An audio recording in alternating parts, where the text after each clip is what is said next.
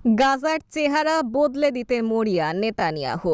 গাজায় ইসরায়েলি হামলা এখনও থামেনি। এরই মধ্যে গাজাকে ঘিরে নিজের দীর্ঘমেয়াদী পরিকল্পনা প্রকাশ করেছেন ইসরায়েলি নেতা বেনিয়ামিন নেতানিয়াহু। গত শুক্রবার ইসরায়েলি প্রধানমন্ত্রীর অফিস থেকে এই সংক্রান্ত নথি অনলাইনে প্রকাশ করা হয়েছে। শনিবার ৪ মে জেরুজালেম পোস্টের এক প্রতিবেদনে এমন তথ্য জানানো হয়েছে। নেতানিয়াহু তার এই পরিকল্পনার নাম দিয়েছেন ভিশন 2035। বলা হচ্ছে, দীর্ঘমেয়াদী শান্তি ও আঞ্চলিক অর্থনীতির সঙ্গে গাজাকে সম্পৃক্ত করাই নতুন পরিকল্পনার লক্ষ্য।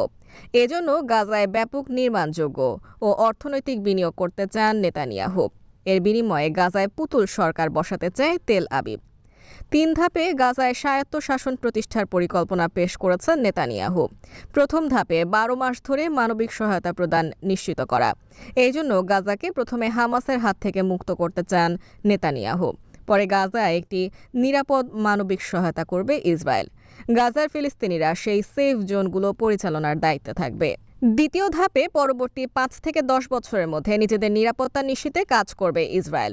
আর সৌদি আরব, সংযুক্ত আরব আমিরাত, মিশর, বাহরাইন, জর্ডান ও মরক্কোর সমন্বয়ে গঠিত আরব জোট গাজা পুনর্বাসন কর্তৃপক্ষ নামে একটি সংগঠন তৈরি করবে। এই সংগঠনের দায়িত্ব হবে গাজার পুনর্নির্মাণ ও অর্থনৈতিক বিষয় পরিচালনা করা। তৃতীয় ধাপে গাজার তথাকথিত স্বায়ত্তশাসন নিশ্চিত করবে ইসরায়েল।